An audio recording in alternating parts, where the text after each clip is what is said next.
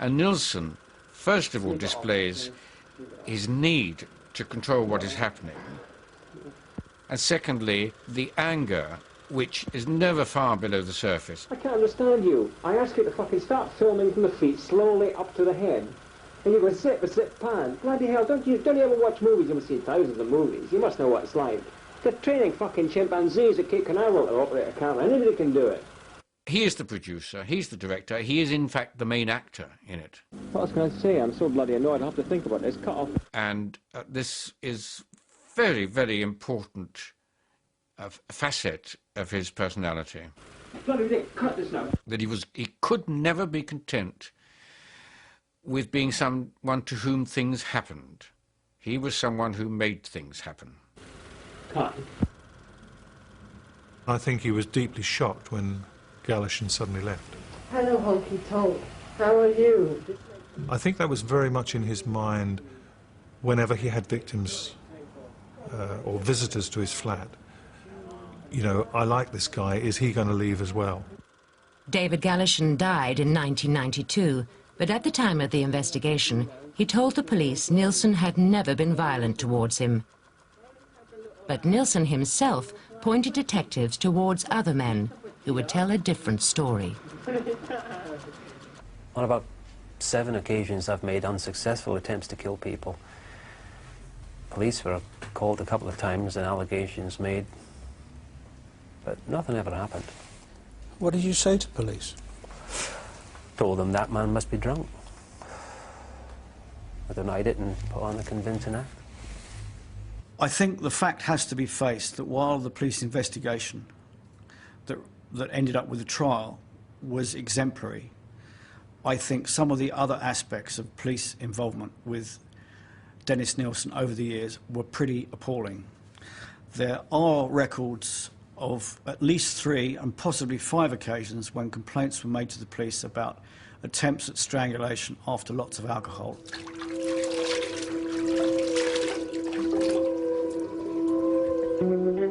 We could see that at some stage someone was going to accuse the police of not doing its job, that Nilsen should have been caught earlier.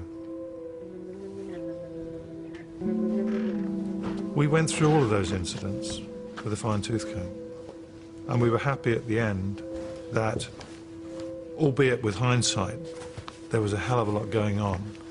There was no way that anyone could have known that anything as serious as this was happening. I think if you get some half-drunk, hysterical homosexual coming to a police station in the early hours of the morning, I don't think they'd necessarily be treated terribly seriously. The men who'd escaped Nilsen's attacks became the focus of the murder investigation. Nilsen gave us a lot of information about people that he had attempted to strangle, and for one reason or another they'd got away. And that was very, very useful for us, because we were still looking for a motive. He was leading us to live witnesses.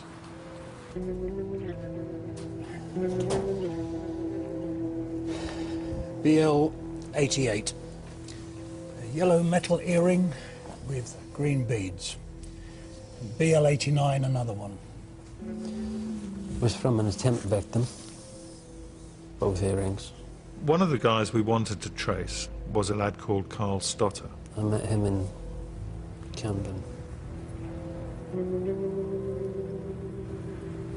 I was 21 when he tried to kill me. He invited me back to his place. We got into a cab and went to Cranley Gardens. We had a couple of drinks and we were listening to some music. I think it was Laurie Anderson's Oh Superman.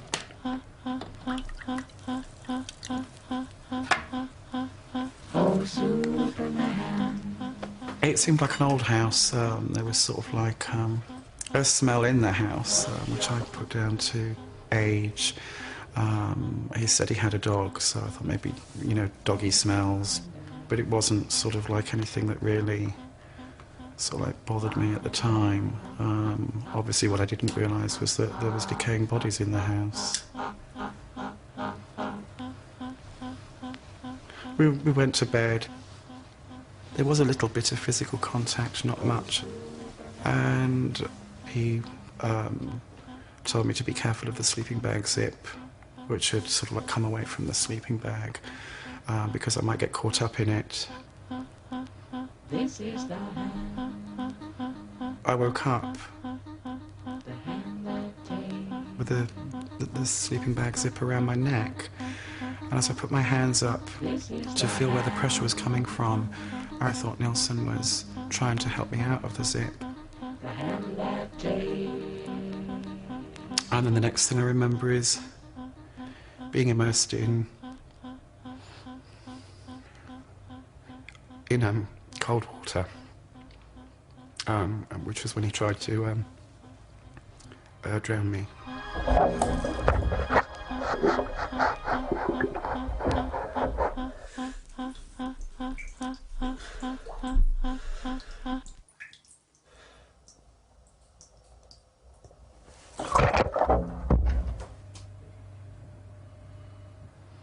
I remember coming round and I had no memory of what he'd done.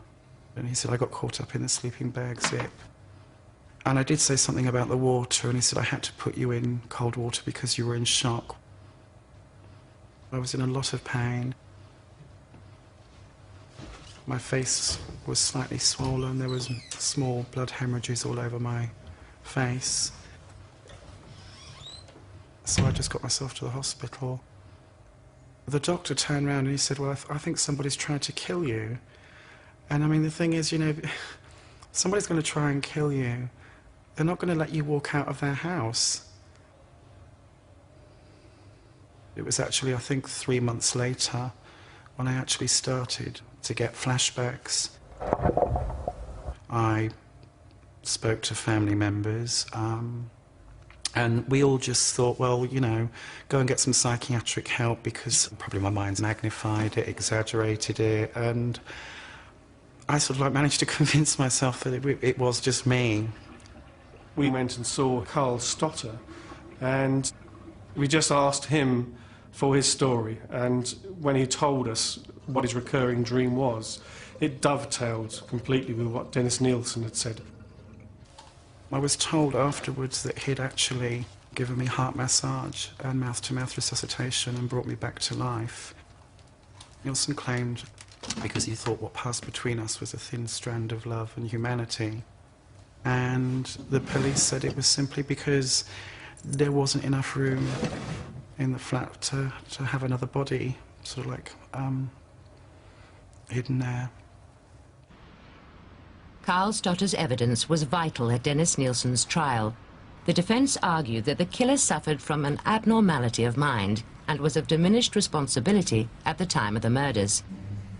The confession Nilsen gave to the police in the days after his arrest provided the backbone for the prosecution case. We read out the notes of all of the interviews in open court. I think people were just generally staggered by what he'd done, finding it hard to grasp. The jury had to decide, was Nilsen mad or bad? It ended up with one psychiatrist, that was our psychiatrist, saying that he was perfectly sane. One said he wasn't, and the third one, after cross-examination at the Old Bailey, said that he couldn't be absolutely sure. So we ended up with a draw. I was crucial to the case in proving that he was not of diminished responsibility at the time. That's why he warned me about the zip on the sleeping bag, because it was his intention to kill me. He went out to look for a victim, and he found one. On the 4th of November 1983, Dennis Nilsen was found guilty of murder and sentenced to life in prison. But even for those closest to the case, what drove Nilsen to kill has remained a mystery. I've thought about Nilsen on and off over the years. I still want to know why. The jurors at Dennis Nilsen's trial were expected to take a few hours to decide whether he was sane or not. but it was 2 days before they returned their verdict. By a majority of 10 to 2, they decided that Nilsen should be held fully accountable for his actions. To be insane, you have got to either not know what you're doing when you're doing it, or to know what you're doing but not know that it's wrong. Now, Nilsen knew what he was doing, and he knew it was wrong. So, ergo, he is sane. At the same time, he was able to put the head of somebody he'd known, the severed head, into a cooking pot on the stove. He was able to keep it simmering all night. He was able the next morning at breakfast to pour himself a cup of coffee and to butter a slice of toast, and at the same time turn up the heat to make sure the head was simmering properly. Now that is completely mad. I think if you're looking at it in terms of mental health legislation, if he isn't suffering from clearly defined psychiatric illness, then he can't be seen as mentally ill. The problem is, you either have a personality disorder or you don't. And if you have a personality disorder, you fit into a particular box. And Nilsen didn't really fit into any one of the known boxes. In 1985, Brian Masters published his book on Nilsen's case, Killing for Company. He'd been corresponding with Nilsen since the weeks after the arrest. Not knowing that one could not approach somebody awaiting trial on a capital charge, I wrote to him. He did reply, and his first letter haunted me for weeks afterwards, because it said, "Dear Mr. Masters, I pass the burden of my life onto your shoulders." In prison, Nilsen filled 50 notebooks with writings and drawings for the author to study.